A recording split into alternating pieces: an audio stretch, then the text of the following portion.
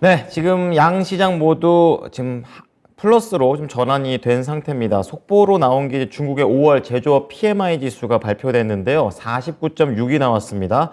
예상치를 상회했습니다. 그러니까 50포인트 미치니까 아직 위축이긴 한데 그래도 4월에 47포인트보다는 많이 개선됐다라는 그런 평가를 지금 내고 있는 그런 상황입니다. 제조업 PMI 참고해 보시고요.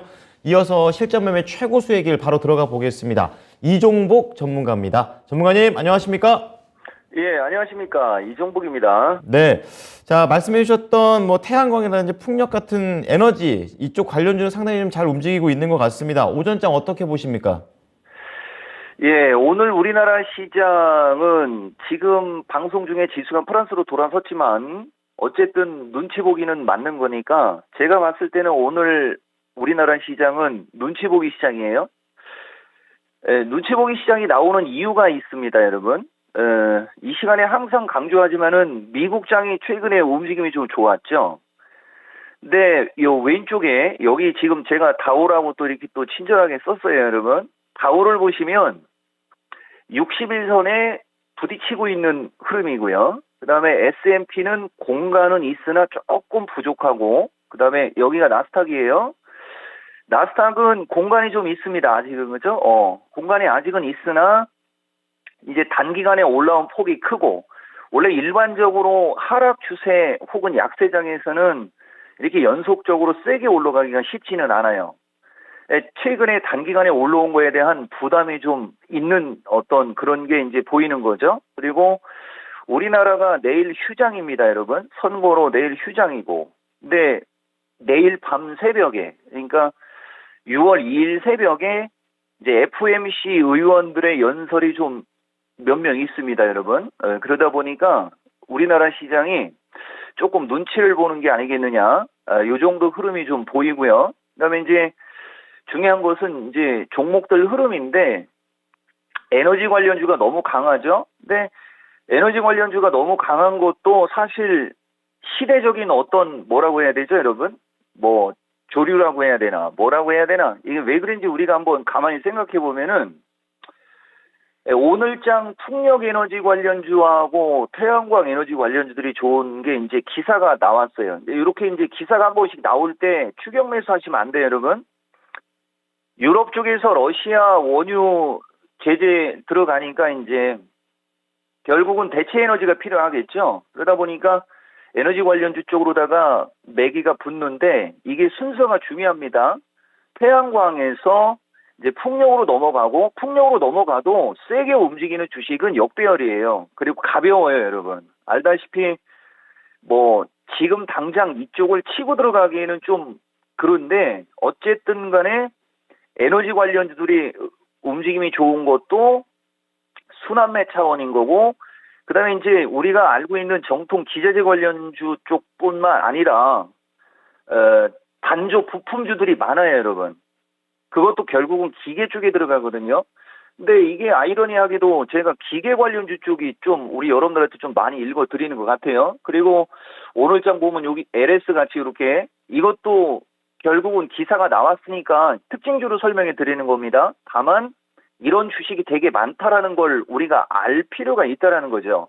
그러다 보니까 태양광 풍력 전력 설비 쪽 이쪽이 결국은 최근 이슈는 금리 인상하고 러시아 우크라이나 전쟁이지 않습니까? 금리 쪽은 주식 시장에는 좀 부담이란 말이에요.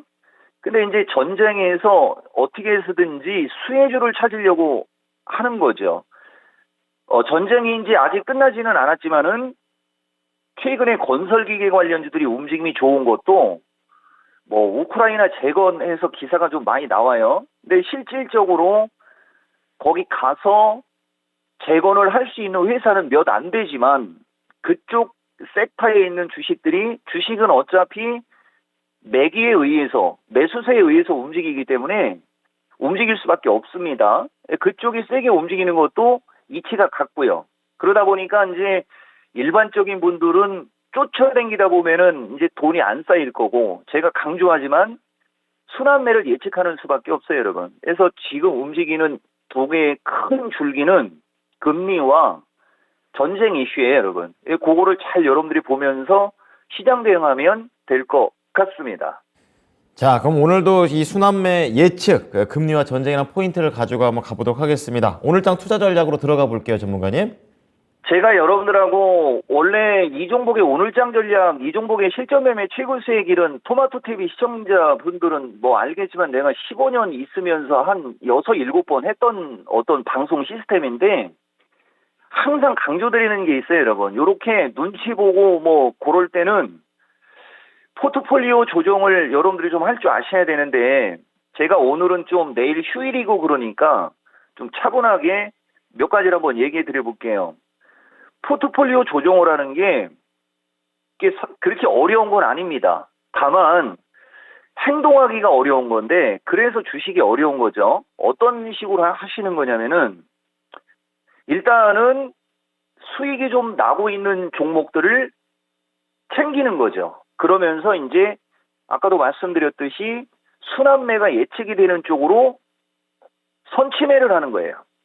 아니면 손실이 가장 큰 주식 혹은 가장 약한 쪽. 그러니까 뭐 은행주 갖고 있는 분들은 좀 그렇지만은 자 보세요. 은행주, 증권주, 보험주 이런 것들은 굳이 지금 가지고 있을 필요가 없어요, 여러분. 만약에 탄력이 약하거나 뭐 그런 주식을 갖고 있다면 그쪽의 비중을 줄이는 거죠. 그쪽의 비중을 줄여가지고 강세로 움직일 수 있는 쪽으로 교체 매매를 하는 거죠. 그게 일종의 포트폴리오 그 조정 방법이다. 네, 이런 얘기를 해드리는 건데, 자 보세요, 여러분. 지금 얼마나 많은 주식이 잘 움직이는지를 아셔야 돼요. 일단은 에너지가 있고 그 에너지에는 아까도 말했듯이 뭐 태양광도 있고 풍력도 있고 전력 설비도 있고 많아요. 에너지가 있고 그다음에 제약주도 이종복이가 여러분들한테 좀 쟁여놓고 가라고 얘기하지 않습니까? 거기에 선별적으로 이제 PCB나 이런 IT 섹터 그다음에 2차 전지 오늘 또 살아나더라고요. 보니까 2차 전지도 대신 2차 전지는 좀 조심스럽게 접근을 해야 되겠지만 어쨌든 제가 섹터를 얘기해 드리는 거예요. 2차 전지도 있죠. 그다음에 인공지능 가로하고 로봇 가로 닫고 또 가로 열고 자율주행 가로 닫고 그다음에 메타버스는 지금은 세게 움직일 위치는 아니지만 어쨌든 향후에 세게 움직일 수 있는 위치다라고 보면 증권주, 은행주, 보험주를 갖고 있느니 차라리 메타버스나 제약주가 낫죠. 그리고 인플레이션 관련주에 비료주, 식자재주, 뭐 비철금속 다양합니다. 이 주식들만 다 사도 한국은행에 돈을 쟁여놓고 있어야지 뭐 그 주식들 다 살 정도로 종목이 많다는 얘기죠. 그러니까 여러분들이 이런 거를 좀 잘 참고를 하면 좋을 것 같고 제가 어제 뭐 식자재 관련주 한번 순환매 예측했는데 워낙 소형주라 시가총액이 500억대밖에 안 돼요. 근데 그쪽 자체는 원래가 소형주니까 내가 얘기는 안 했지만 아마 토마토에서 저를 아는 분들은 식자재 관련주 오늘 아침에 15% 급등한 거 아마 아셨을 거예요. 근데 다시 다 내려온단 말이죠. 그만큼 아직 이렇게 LS나 여기 보시면 한화솔루션도 좀 탄탄하게 좀 만들고는 있습니다, 여러분. 이렇게 LS나 한화솔루션 오늘은 SKC도 좀 탄탄해지려고 하고 있죠. 이렇게 그쪽 종목들은 탄탄하게 만들어 놓고 움직이지 않고 단발적으로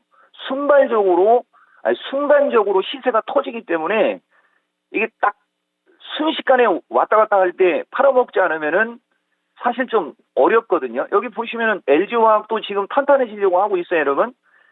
이것도 내가 며칠 전에 한번 얘기했었을 거예요. 거래량이 60만 주 터지면 뭐 60만 원, 65만 원 한번 얘기했었던 것 같은데 좀 이렇게 좀 탄탄하게 만들어진 주식들은 좀 쟁여놓고 가도 되지만은 그렇지 않은 주식들은 지금 특징적으로 유니트론텍이 또 한번 펄떡하고 뛰네요. 이런 주식들 다 보면 역배열이고 그죠? 차량용 반도체 쪽 아닙니까, 여러분? 그러니까 어떻게 보면은 쉽게 얘기하면 주식은 순환매를 예측하면 수익을 내기가 쉽다라고 얘기할 수도 있고 그거를 예측해 내기가 어려워서 어렵지만은 기본적인 패턴은 있다. 이런 얘기 해드리는 거고 제가 간략하게 우리나라 시장하고 미국 시장 요거 한번 말씀드려 볼게요. 자, 우리나라 시장은 자, 여러분 수익이 잘 안 나시는 분들은 이걸 한번 잘 보세요. 제가 여러분들한테 토마토에서 배워야 산다 10번 했어요. 1년에 한 번씩. 수익이 안 나시는 분들은 지금 시장이 60일선 아래에서 계속 흘러내리고 60일선에만 가면 부딪히죠. 이럴 때는 60일선을 돌리기 전까지는 2박 3일 코스로 한번 시장을 바라보고, 그 다음에 2박 3일 코스로 들어가서 수익이 나든 손실이 나든 대부분 수익이 나겠죠. 저점 매수를 하니까. 또 욕심을 버리고 또 잠깐 또 쉬는 거예요. 그러면서 60일선을 돌려놓을 때까지 천천히 가다 보면 60일선 돌거든요. 아마 우리나라 시장 60일선 돌으려면 좀 시간 지나면 나중에는 돌 겁니다. 다만 어제도 얘기했듯이 두 고비가 지나가는 거니까 이제 마지막 한 고비 남았는데 뭐 그거 무섭습니까, 여러분?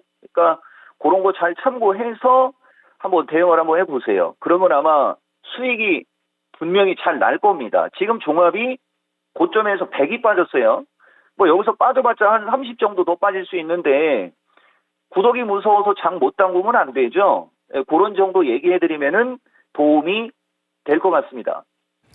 네, 자 오늘도 수익을 낼 수 있는 실전 노하우 알려주셔서 감사합니다. 고맙습니다, 전문가님. 예, 고맙습니다. 이종복입니다. 네, 자 이종복 전문가와 함께했습니다.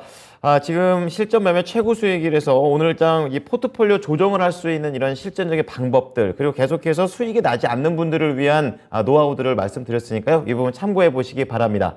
자, 지금까지 투자 판단에 도움이 될 수 있는 정보를 제공해 드렸습니다. 하지만 특정 종목의 상승과 하락을 보장하지는 않으니까요. 이 부분 참고해 주시기 바랍니다. 5월에 오늘 마지막 거래일입니다. 잘 대응하시길 바랍니다. 고맙습니다.